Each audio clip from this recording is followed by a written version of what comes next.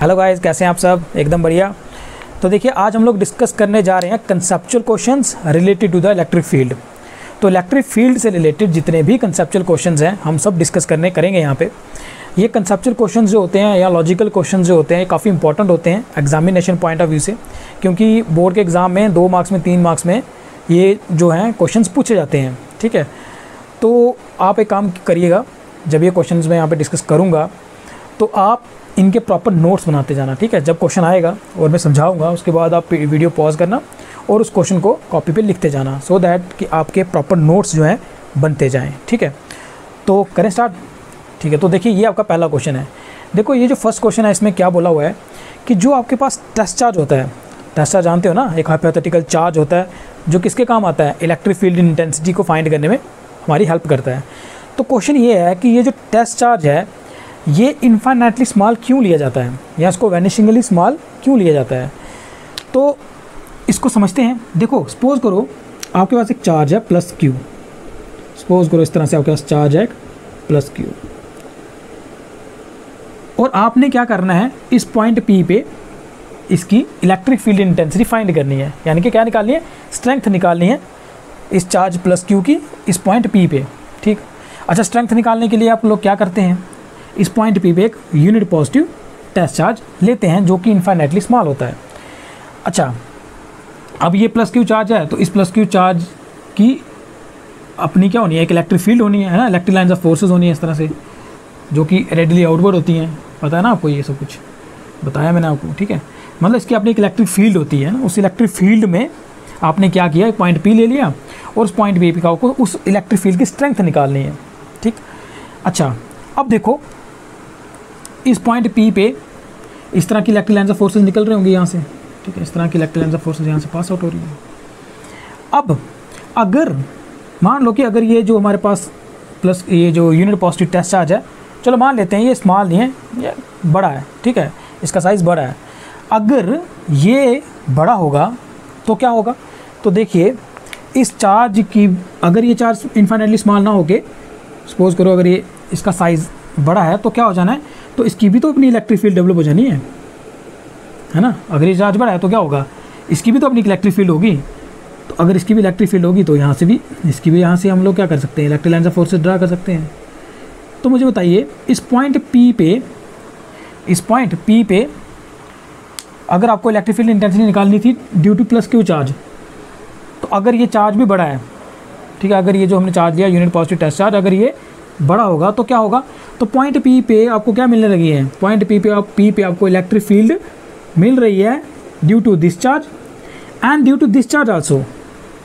तो फिर हमें exact electric field intensity due to charge plus Q at point P मिल सकती है? नहीं मिल सकती है ना। अगर ये चार्ज भी बड़ा होगा तो इसके आसपास भी इलेक्ट्रिक फील्ड होगी। अगर इसके आसपास भी इलेक्ट्रिक फील्ड होगी तो पॉइंट पी पे मुझे exact electric field intensity due to this charge मिल सकती है? नहीं मिल सकती है। इसीलिए हम लोग सपोज करते हैं कि ये जो यूनिट पॉजिटिव टेस्ट चार्ज है जो कि हेल्प करता है इलेक्ट्रिक फील्ड इंटेंसिटी को फाइंड करने में due to the source charge, ये कैसा है, ये इन्फाइनाइटली स्मॉल है। इन्फाइनाइटली स्मॉल होने से क्या हो जाएगा, हम लोग ये सपोज कर सकते हैं कि इसके आसपास कोई इलेक्ट्रिक फील्ड नहीं बन रही। अगर इसके आसपास कोई इलेक्ट्रिक फील्ड नहीं बन रही तो पॉइंट पी पे हमें सिर्फ और सिर्फ एक ही तरह की इलेक्ट्रिक फील्ड मिलेगी। वो किसकी वजह से होगी, प्लस क्यू चार्ज की वजह से होगी। और इसीलिए पॉइंट पी पे हम लोग फाइंड कर सकते हैं exact electric field intensity due to this charge. ठीक, समझ आ गया। इसीलिए ये जो टेस्ट चार्ज है ये इन्फाइनाइटली स्मॉल लिया जाता है। क्लियर, समझ आ गया। तो ये जो आपके सामने ये क्वेश्चन है, इसको क्या करो, वीडियो को पॉज करो, इसको अपनी कॉपी पे लिख लो। ठीक, सो दैट कि एक प्रॉपर नोट्स आपके बनते जाएंगे, फिर रिवीजन करना काफ़ी ईजी हो जाता है। समझ आ गया ना अच्छे से? ठीक है, तो नेक्स्ट डिस्कस करते हैं। तो देखिए नेक्स्ट क्वेश्चन आ गया हमारे पास। तो देखिए इस क्वेश्चन में ये बोल रहा है कि जो इलेक्ट्रिक डायपोल मूवमेंट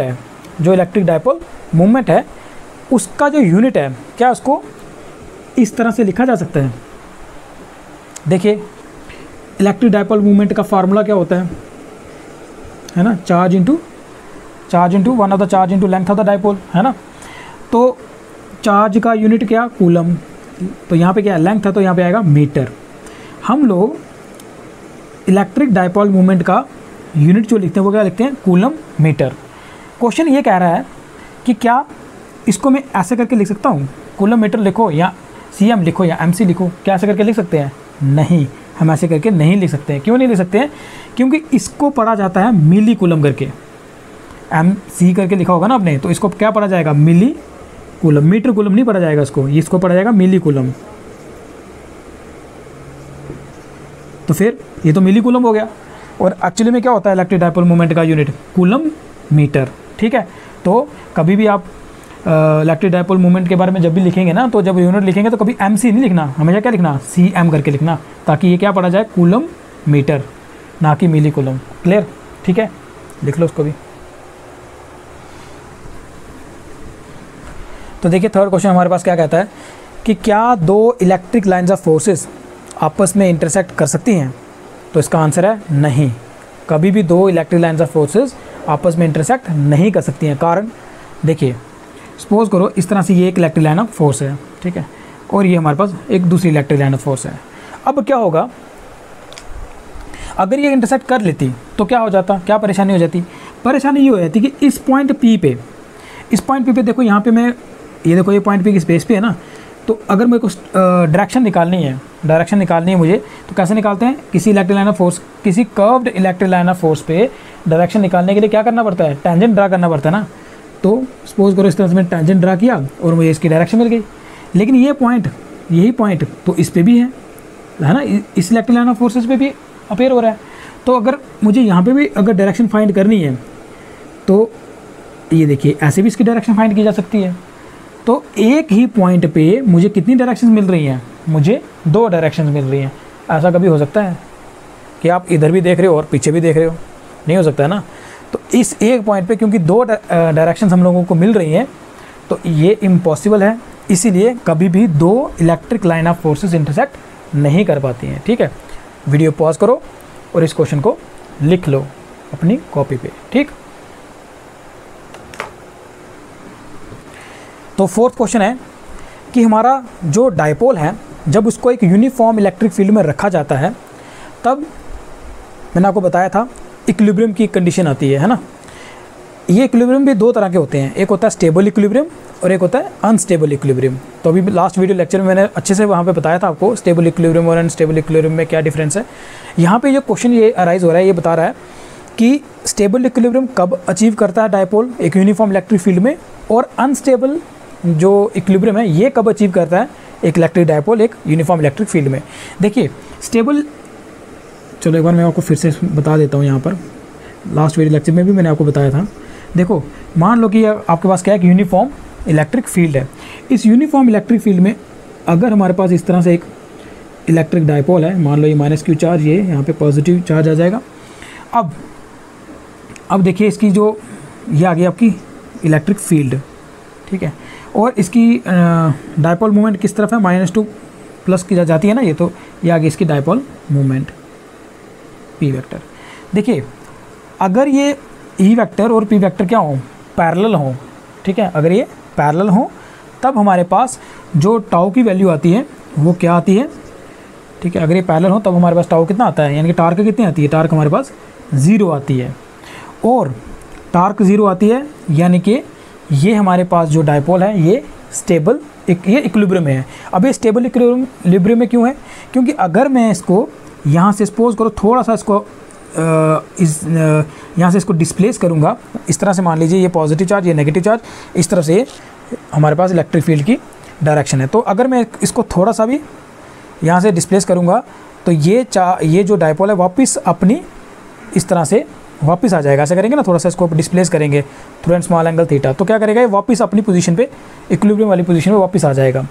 तो ये जो इक्विलिब्रियम होता है इसको क्या बोलते हैं, स्टेबल इक्विलिब्रियम बोलते हैं। ठीक है, ये इसको थोड़ा सा डिस्टर्ब करेंगे तो वापस आ जाना है, इसने थोड़ा सा डिस्टर्ब करेंगे वापस अपनी उसी ओरिजिनल पोजीशन पे आ जाना है, थोड़ा सा डिस्टर्ब करेंगे इसको वापस अपनी ओरिजिनल पोजीशन पे इसने आ जाना है। इसको कहते हैं स्टेबल इक्विलिब्रियम। तो स्टेबल इक्विलिब्रियम में क्या होता है, टाउ हमारा 0 हो जाता है। ठीक है, टाउ जीरो भी कैसे हुआ था पता है ना आपको, क्या आता है पी ई साइन थीटा, ठीक है। थीटा क्या है, थीटा एंगल होता है पी और ई में, पी और ई में एंगल क्या बन रहा है यहाँ पे जीरो बन रहा है, तो जीरो बन रहा है तो टाउ की वैल्यू जीरो आ जाती है, ठीक है, समझ आ गया। अब देखो अनस्टेबल इक्विलिब्रियम क्या होता है, अनस्टेबल इक्विलिब्रियम को बताओ। देखो इस तरह से सपोज करो आपके पास इस तरह से एक इलेक्ट्रिक फील्ड है और उस इलेक्ट्रिक फील्ड में हमने एक डायपोल रखा है, मान लो यहाँ पे पॉजिटिव चार्ज, यहाँ पे नेगेटिव चार्ज। अब यहाँ पर क्या है, मान लो यहाँ पे नेगेटिव चार्ज और यहाँ पे पॉजिटिव चार्ज, ठीक है। अब यहाँ पर क्या है, यहाँ पर हमारे पास डायपोल मूवमेंट की जो डायरेक्शन बनी है नेगेटिव टू पॉजिटिव बनती है ना, तो वो क्या बनी, वो इस तरफ बना, ये बना मेरे पास पी वेक्टर, ठीक है, ये बना मेरे पास ई वेक्टर। अब यहाँ पे देखो ई वेक्टर इस तरफ है और पी वेक्टर मेरा इस तरफ है, एंगल कितना बन रहा है, एंगल बन रहा है 180 डिग्री। अगर एंगल 180 डिग्री बन रहा है तब हमारा टॉर्क कितना आएगा, देखो टाउ की वैल्यू कितनी आनी है, पी ई साइन थीटा, तो साइन पाई कितना होता है 0, अगेन टाउ 0। अगर टाउ 0 आया, अगेन टाउ की वैल्यू 0 आई, टाउ की वैल्यू 0 आने का मतलब हो गया कि ये इलेक्ट्रिक डायपोल इक्विलिब्रियम में है। लेकिन इस बार जो इसका इक्विलिब्रियम है ना, ये कैसा है, अनस्टेबल इक्विलिब्रियम है। अनस्टेबल इक्विलिब्रियम का मतलब क्या हो गया, देखो ये मान लो कि वहाँ पे पॉजिटिव चार्ज है, यहाँ पे नेगेटिव चार्ज है, तो इस तरफ क्या है, इलेक्ट्रिक फील्ड की लाइंस इस तरफ है ना, इलेक्ट्रिक फील्ड इस तरफ है, इसकी डायरेक्शन इस तरफ है।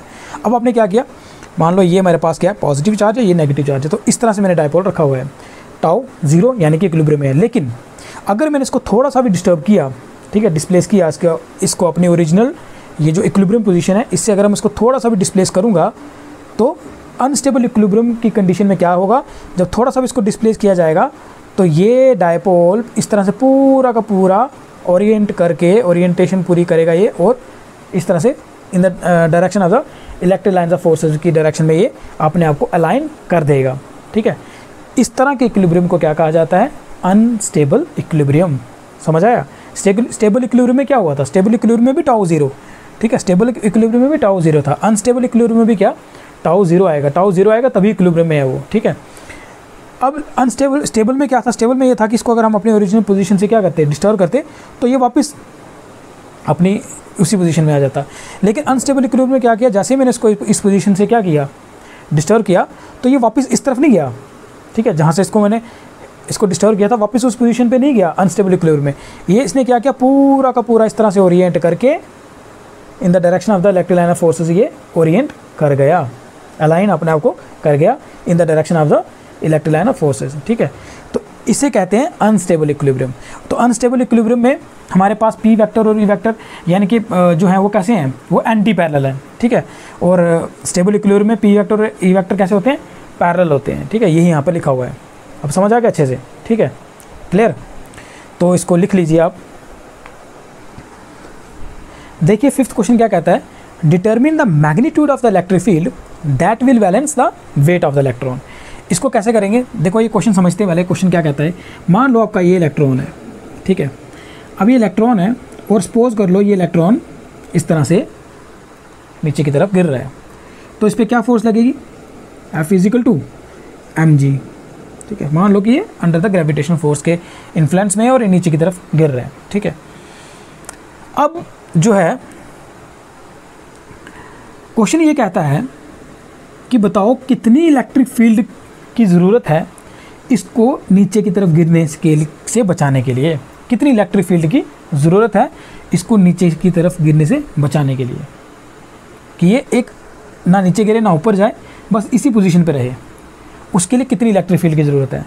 मतलब कि एक फोर्स नीचे की तरफ लग रही है, इसका मतलब ये हुआ कि अगर मैं चाहता हूँ कि ये इलेक्ट्रॉन जो है, अगर मैं चाहूँ कि ये इलेक्ट्रॉन इसी पोजीशन पे रहे, तो मेरे को क्या करना पड़ेगा, मुझे एक फोर्स और लगानी पड़ेगी ना, एक फोर्स ऊपर की तरफ ही लगनी चाहिए, ये कोई एक फोर्स ऊपर की तरफ ही लगनी चाहिए, और ये फोर्स और जो फोर्स नीचे की तरफ लग रही है ना, जो कि कौन है, m/g है, ये आपस में बैलेंस होनी चाहिए।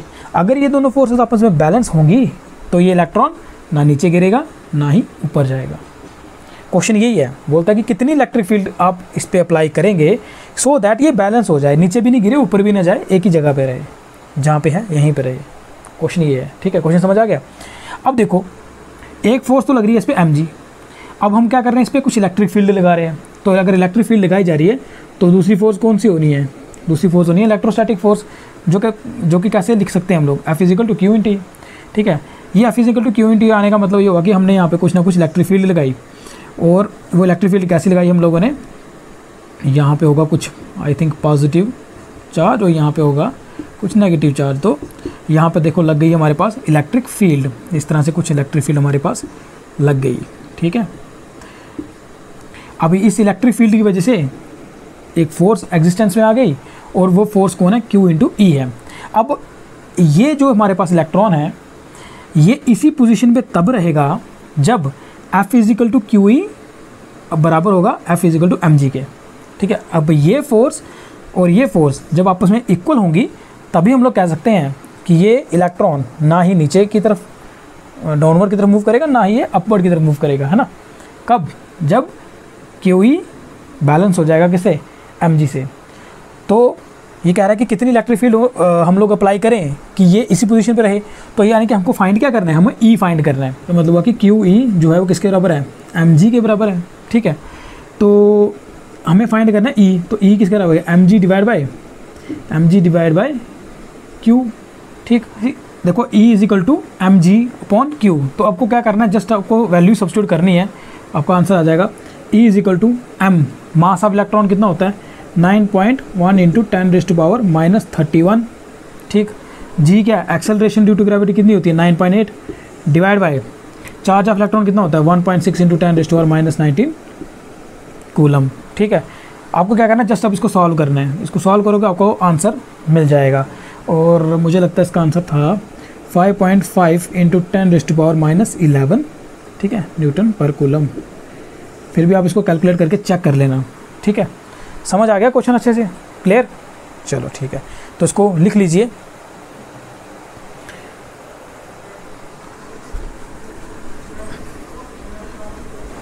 देखो क्वेश्चन नंबर 6 में क्या कहता है, हमें फाइंड करनी है रेशो किसकी, इलेक्ट्रिक फील्ड इंटेंसिटी की due to a dipole at axial line and at the equatorial line. ये जो डाइपोल है इसमें क्या बोला हुआ है इसने कि इसके डाइपोल लेंथ जो काफ़ी स्मॉल है, इसको शॉर्ट डाइपोल भी कहा जाता है। तो देखो हमें पता है कि electric field intensity due to a dipole at axial line कितनी होती है 1/4 pi epsilon 2p divide by R cube.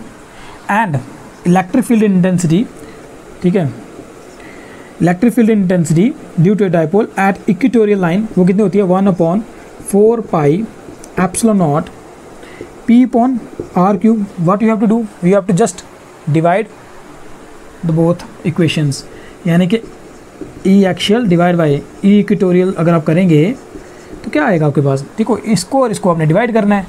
तो आप देखेंगे डिवाइड करेंगे तो ये सब कुछ कैंसिल हो जाएगा, बस यहाँ पे 2 बचेगा।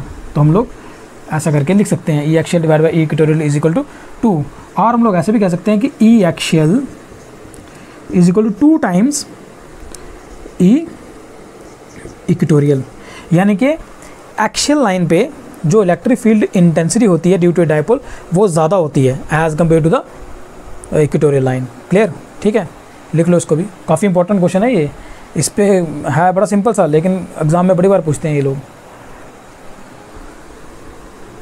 तो 7th क्वेश्चन हमारे पास ये कहता है कि जो इलेक्ट्रिक लाइन्स ऑफ फोर्सेस होती हैं क्या ये रियल होती हैं।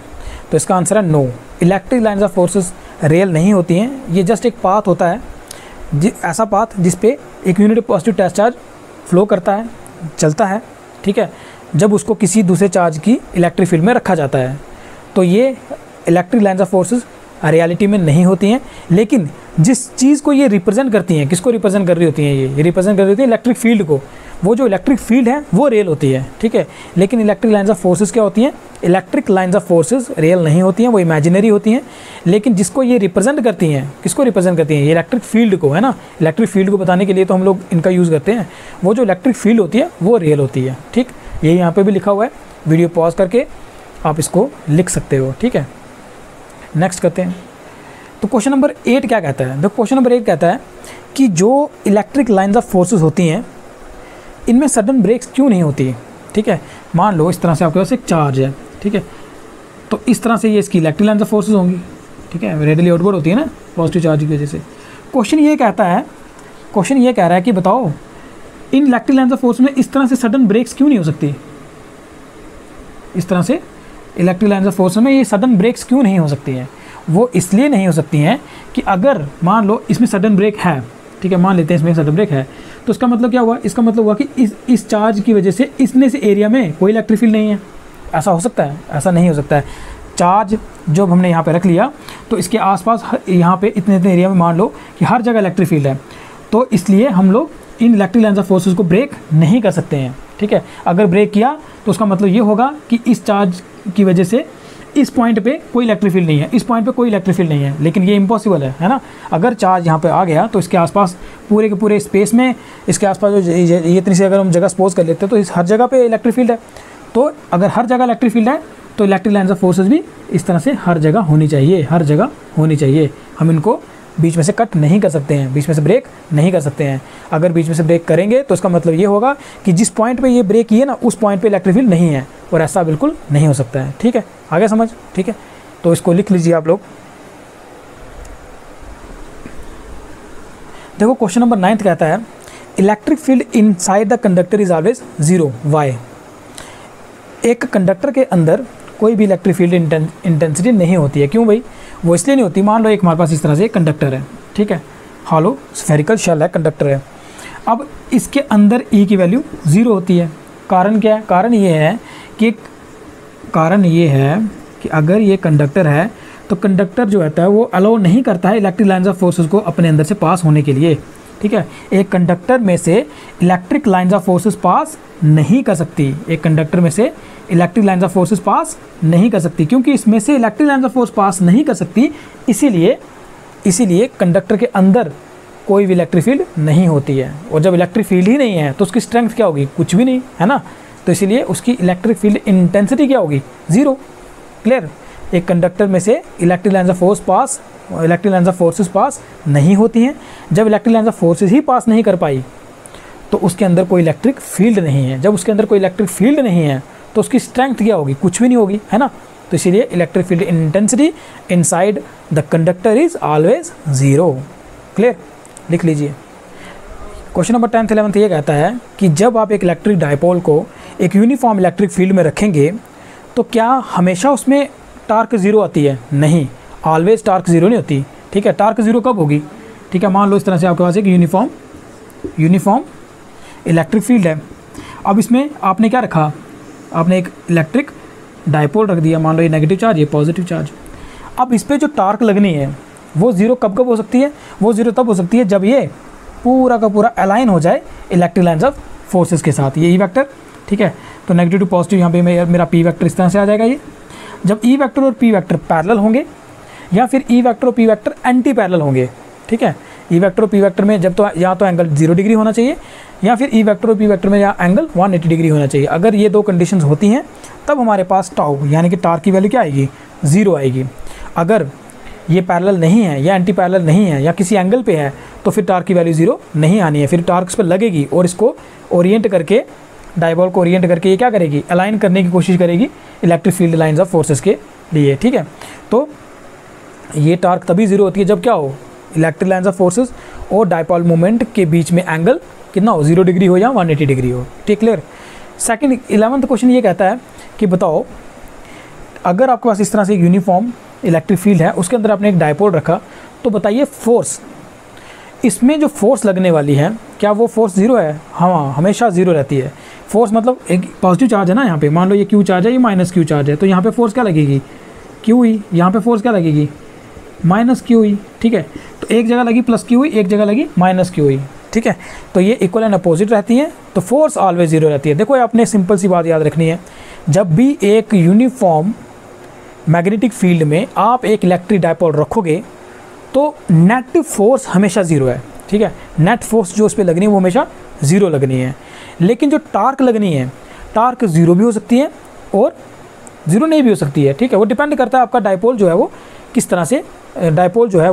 तरह से उस यूनिफॉर्म इलेक्ट्रिक फील्ड में रखा हुआ है। ठीक है, अगर डायपोल जो है वो इस तरह से रखा हो कि उसकी जो हमारे पास डायपोल मूवमेंट है और जो इलेक्ट्रिक फील्ड जो है उसके बीच में अगर एंगल 0 डिग्री बन रहा है या 180 डिग्री बन रहा है तब टार्क 0, अदरवाइज कोई ना कोई टार्क उस पर लग रही होगी।